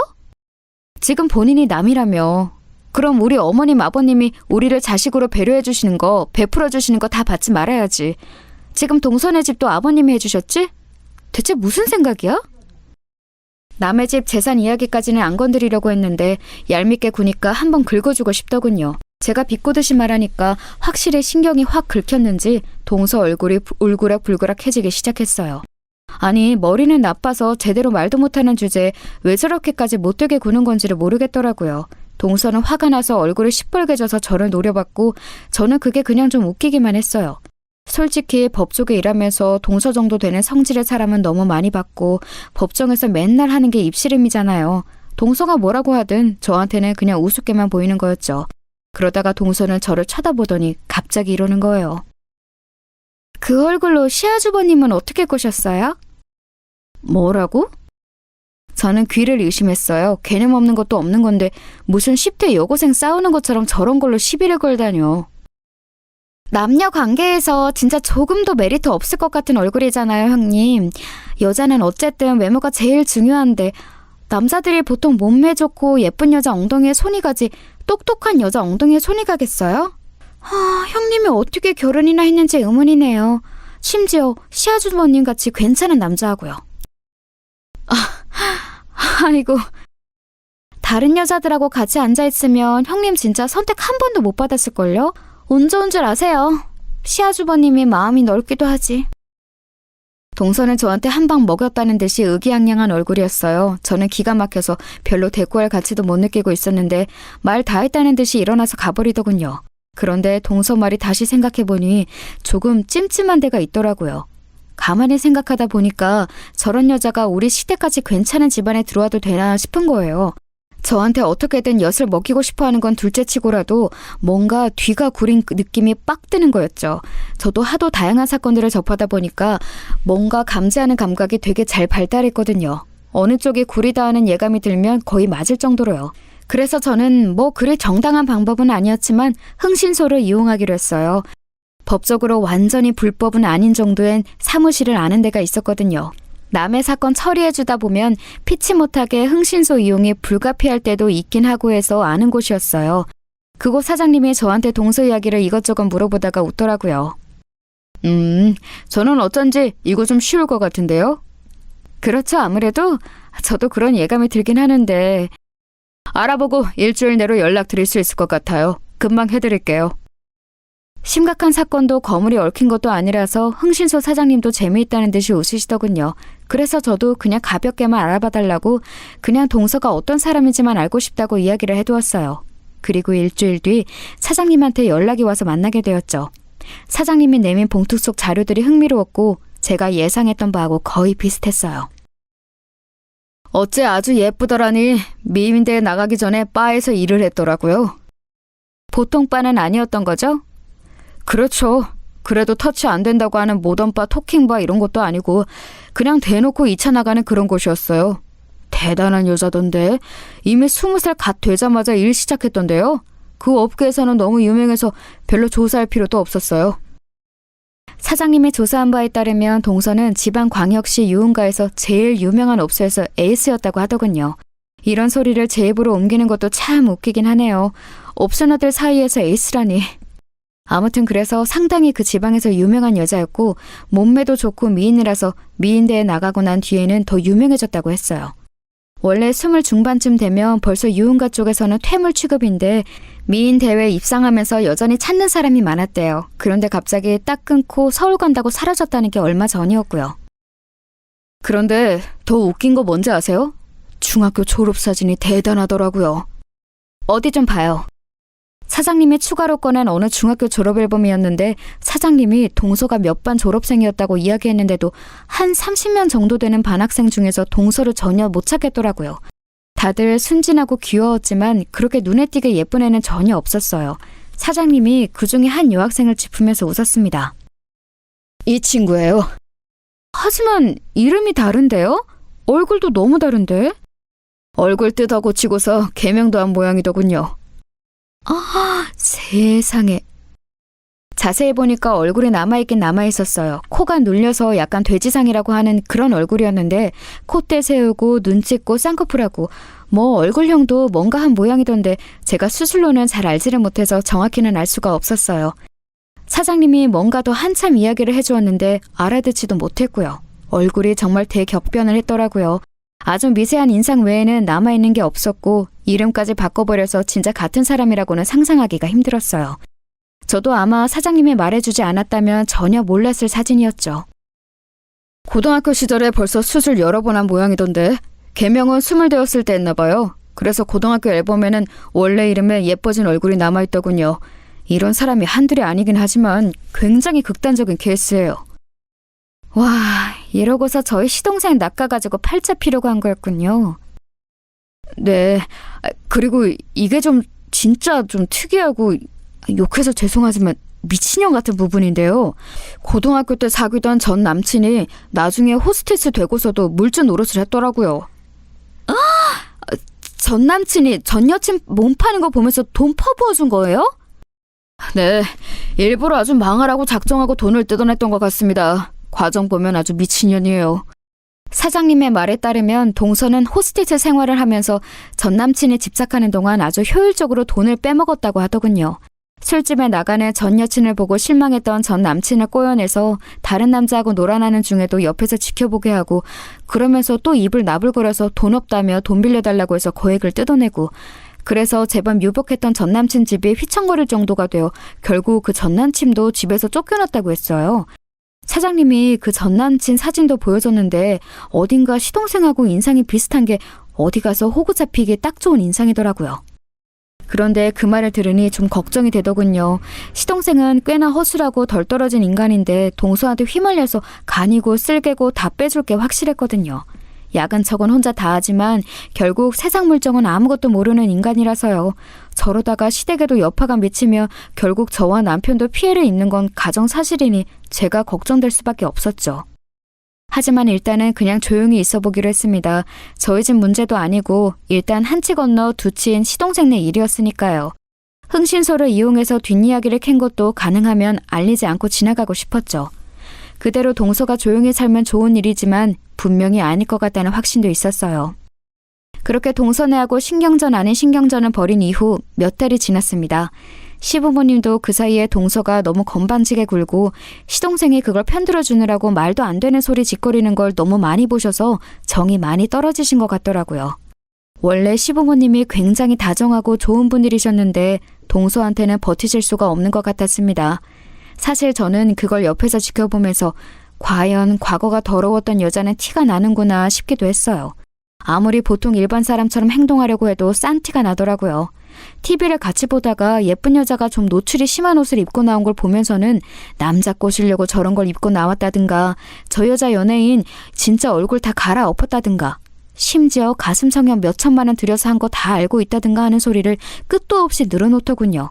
시어머니도 참 교양 있고 고상하신 분이라서 그런 말을 들으면 어떻게 반응해야 할지 모르겠는 얼굴이 되셨고, 시누이는 곧장 사자오라도 지르고 싶은 얼굴이었지만 애써 참는 게 눈에 보였어요. 그럴 때 제가 가만히 보다가 슬쩍 찔러보기도 했었죠. 동서 참 성형에 대해서 잘하네. 해봤나 봐? 네? 아니 형님, 무슨 말씀을 그렇게 하세요? 진짜 예의 없이. 어머, 아니면 아니라고 하면 되지. 왜 화를 내? 이상한 사람이네. 동서는 화들짝 놀라면서 불같이 화를 내는데 저는 왜 그러는진 모르겠다는 것처럼 어깨를 으쓱거리면서 반응했죠. 솔직히 수가 빤히 보여서 재미있기는 하더라고요. 꼭 그런 이야기만 하고 나면 여자는 외모가 다라느니 성형이라도 해서 예쁜 게 낫다느니 자연인보다는 성형 미인이 훨씬 값이 많이 나간다느니 하는 이상한 소리를 하고는 했었어요. 시누이는 그런 말을 들으면서 가재미 눈은 떴지만 제가 은근슬쩍 말려서 간신히 참고는 했었죠. 만약 그냥 두었으면 어지간히 동서하고 시누이하고 싸웠을 거예요. 하지만 동서는 사실 싸울 가치가 없는 사람이었기 때문에 시누이한테도 굳이 말대꾸하지 말라고 제가 말렸었죠.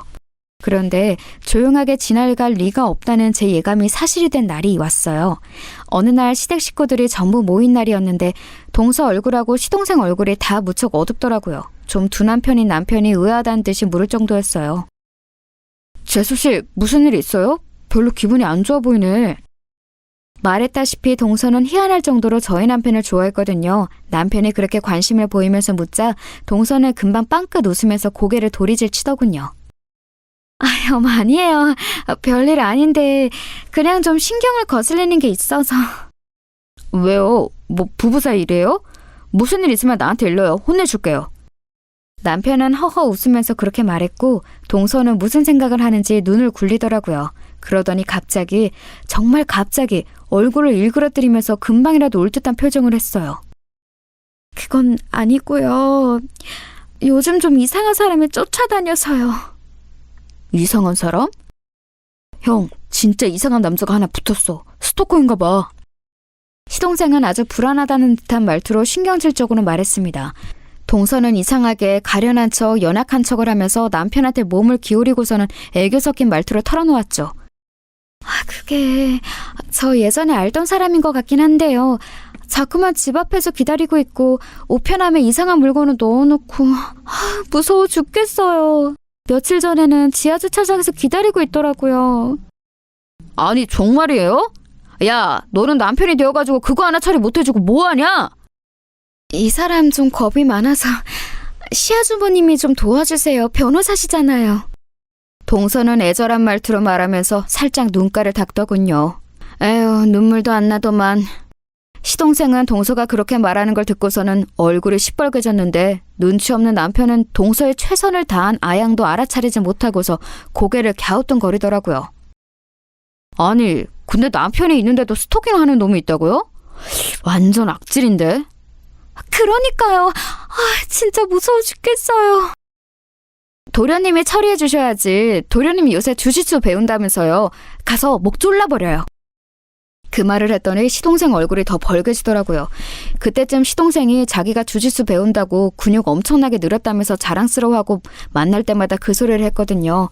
솔직히 꼴 보기 싫었는데 그 말 꼬투리 잡혀서 아무 말도 못하는 걸 보니 고소하더군요. 동서는 제가 옆에서 시동생한테 꼽을 주거나 말거나 남편만 보고 있고 남편은 아무것도 모르고 이상한 놈이라면서 고개만 갸웃거리게 바쁘고. 그래서 말인데 주말 저녁쯤에 저희 집 오셔서 저녁 드시지 않을래요? 물론 형님도 같이요. 바쁘시면 안 오셔도 되지만. 그래? 난 안 바쁘고 우리 신랑은 바빠서 말이야. 여보, 이번 주에 또 공판 있댔지? 아유, 그렇지. 요새 밀물이야. 왜 이렇게 일이 많지? 그따위 일 뒤처리에 남편을 빌려줄 생각은 없어서 제가 남편을 얘기로 돌리자 단순한 남편은 곧장 일에 대해서 투덜거리기 시작했어요. 단숨에 화제가 돌아가 버린 동서는 분해서 그런지 얼굴이 벌개지더군요. 그런데 그때 아파트 현관 바깥에서 뭔가 소리가 들려왔어요. 같이 둘러앉은 시부모님, 동서네, 저희 부부까지 다 멈칫하고 돌아볼 정도의 소리였죠. 어떤 남자가 열어달라고 외치고 있었어요. 뭐야? 누구야? 저기 그 스토커 아니야? 세상에, 그 인간이 시댁까지 쫓아왔다고? 세상에 끔찍하라! 저도 순간 아연하더라고요. 아니, 아무리 스토커라고는 해도 자택도 아니고 시댁까지 쫓아오다니 쉽지 않은 일이잖아요. 저런 놈이 혹시 흉기라도 들고 있으면 어쩌나 겁이 덜컥 나더군요. 저도 평소 겁이 많은 성격은 아닌데 워낙 흉흉한 사건도 많고 하니까요. 남편도 그런 생각이 들었는지 은근슬쩍 일어나서 식탁 의자를 들었고요. 뭐 흉기 가진 미친놈하고 상대하기엔 의자가 좋은 선택이긴 하죠. 일단 다들 긴장한 채로 시동생이 일어나서 나가 문을 열었어요. 그런데 거기 정말로 남자가 한 명 서 있었는데 제가 봤던 얼굴이더라고요. 그 흥신소 사장님이 보여줬던 사진 속 남자, 동서의 전 남친이자 전 손님이었던 그 남자요. 재미 좋아? 나 버리고 재미 좋냐고. 왜 이러시는 거예요?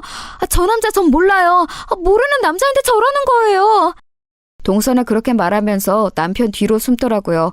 남편 셔츠 잡고 뒤에 착 붙어서 숨지만 않았어도 제가 참았을 텐데 그 꼬라지를 보니까 저 화상을 우리 시댁에서 치우지 않으면 제가 평생 속이 터지겠구나 그런 확신이 들었어요. 그리고 저는 저 여자를 치울 방법도 알고 있었죠. 너 내 여친이었잖아. 내가 너한테 돈을 얼마나 드렸는데. 어머나, 돈을 드려요? 그게 무슨 소리람? 남자는 척 보기에도 이미 눈이 시뻘개져서 제정신이 아니더라고요. 저 상태인 남자한테는 몇 마디씩만 던져서 등을 밀어주면 저절로 자살골을 넣게 되어 있었죠. 남자는 제가 있는 쪽으로 눈을 돌리더니 제가 말을 들어줄 것 같았는지 얼른 말했어요. 돈 정말 많이 드렸어요. 저 여자 사랑합니다. 무슨 꼴을 해도 사랑해요. 무슨 꼴이라니? 우리 동서가 어때서요? 결혼도 했는데? 결혼을 해도 술집에 나가도 사랑한다고요. 네? 술집요? 저는 놀란 척하면서 슬쩍 동서 쪽을 봤어요. 동서 얼굴이 곧 악귀처럼 변하더니 시뻘개져서 악을 쓰더라고요. 형님, 조용히 해요. 저 새끼 말 하나도 들을 거 없어요. 그냥 정신병자예요. 헛소리라고요. 동서, 그동안 당한 게 많았나 봐. 오래된 사이야? 저 새끼한테 내가 그동안 얼마나 오래 당했는데 거의 10년이 다 되어간다고요. 조금 아까 저 남자 모른다며. 오래전부터 아는 사이라는 거네? 제가 지적하니 순간 거실이 조용해졌어요. 뭐라고 말을 얹기 애매해서 나서지 못하고 있던 시부모님도 안색이 변하셨고 시동생도 순간 창백해지더군요. 동서는 자기가 잘못 말했다는 사실을 깨달았는지 급격하게 말을 더듬기 시작했어요. 그게 아니라요. 그러니까 오래전부터 저를 괴롭혔다는 거죠. 모르는 남자라고 했잖아. 개인적으로 모르는 사이라고요. 그게 무슨 소리야. 너 개명했잖아. 개명 전 이름 난 아는데 불러줘? 너 고등학교 때 나랑 사귀고서 졸업한 후에는 술집 나갔잖아. 술집에서도 내가 제일 큰 손으로 너한테 고객이었는데 이런 식으로 나 버리고서 다른 남자 만나 결혼해도 돼? 남자는 울면서 소리를 질렀어요. 술집 다니면서 오입질하는 놈인데 나름대로 순정은 순정인진 모양이더라고요. 전 술집 호스티스와 그 고객님 사이의 다툼을 시댁 거실에서 보게 되는 상황이라니 너무 예상하지 못했던 터라 어처구니가 없었어요. 남편도 당황스러운지 저한테 조그만 목소리로 속삭이더라고요. 무슨 일인지 당신은 알겠어? 나야 누구보다 잘 알지. 나중에 이야기해줄게. 말 잘 듣는 남편은 알겠다면서 얌전히 고개를 끄덕였습니다. 그리고 뒤에서는 술집 이야기를 듣고 시어머니가 그대로 넘어가시더라고요. 시아버지가 급하게 잡아서 부축하셨는데 시동생이고 동서고 아무도 신경을 안 써서 저하고 남편이 같이 부축해서 방으로 모셔다 드렸어요. 물론 그 와중에도 너무 재미있는 바깥 상황에서 귀가 떨어지질 않았죠. 남편 역시도 시어머니를 걱정하면서도 한편으로는 동서와 그 남자 싸움에서 신경을 뗄 수 없는 게 느껴지더라고요. 이런 게 어디 있어. 내가 너하고 술 마시고 2차 나가려고 돈을 얼마나 썼는데 너 성형수술 하라고 돈도 내가 다 대줬잖아. 고등학교 때 만나서 그때 다 수술했잖아. 너 근데 어떻게 팔자 피겠다고 다른 남자랑 만나서 여기서 이러고 있어? 좀 닥치라고! 네가 이런 식으로 하는데 내가 어떤 여자가 붙어있어, 이 쫌생아! 결국 성질이 나버린 동서가 빽소리를 지르는 게 들려왔어요.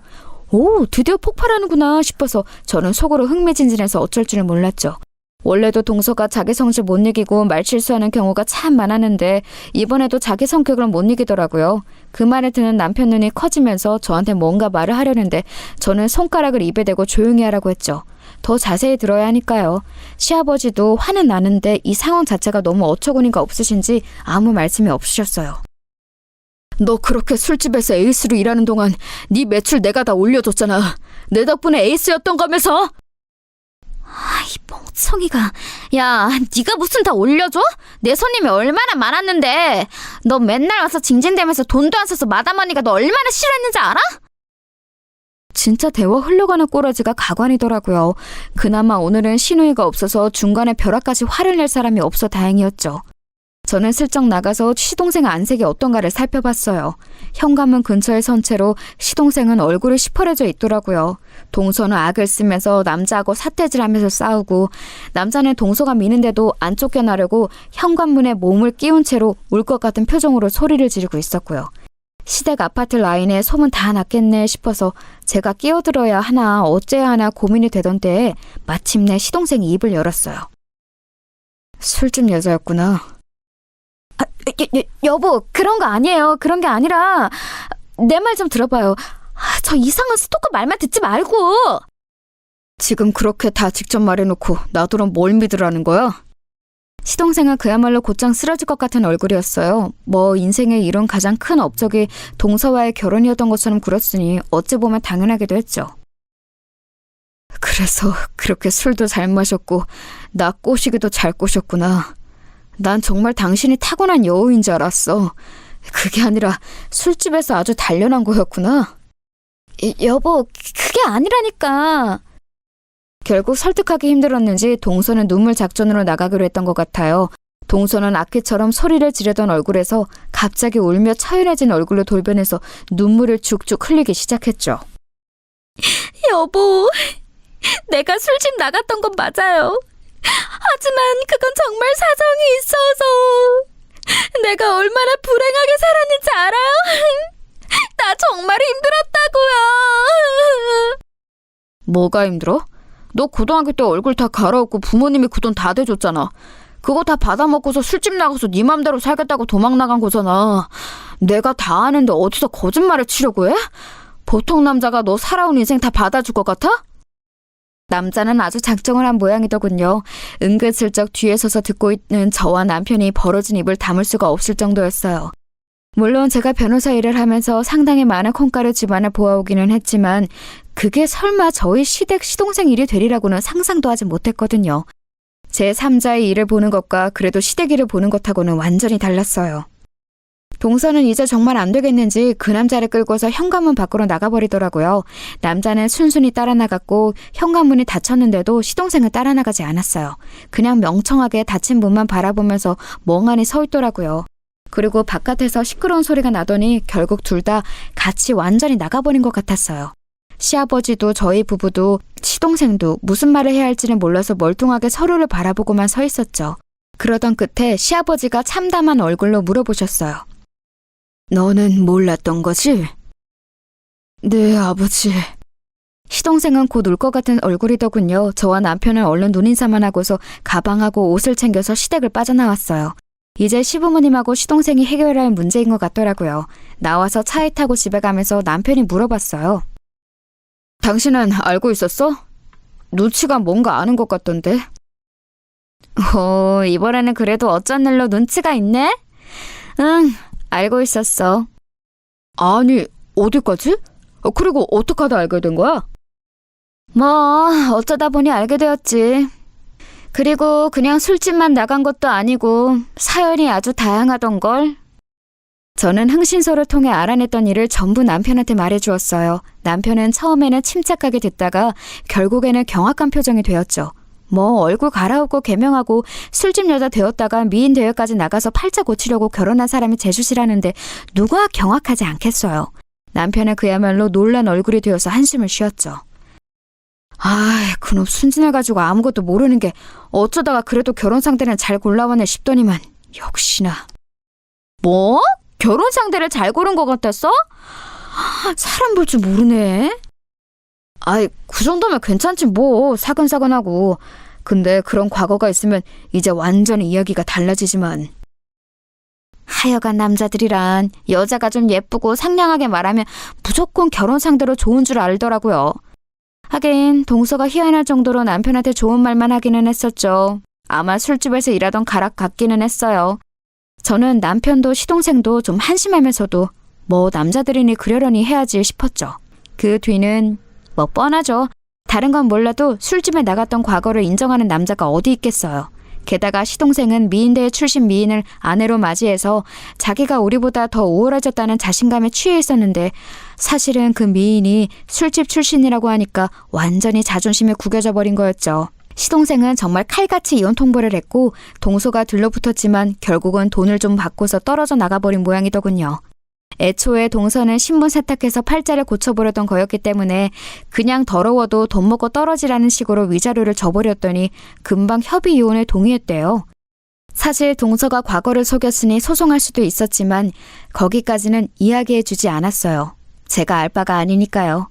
시부모님이 그 와중에 마음고생이 참 많으셨지만 그래도 협의 이혼으로 그리 시끄럽지 않게 끝나서 다행이었죠.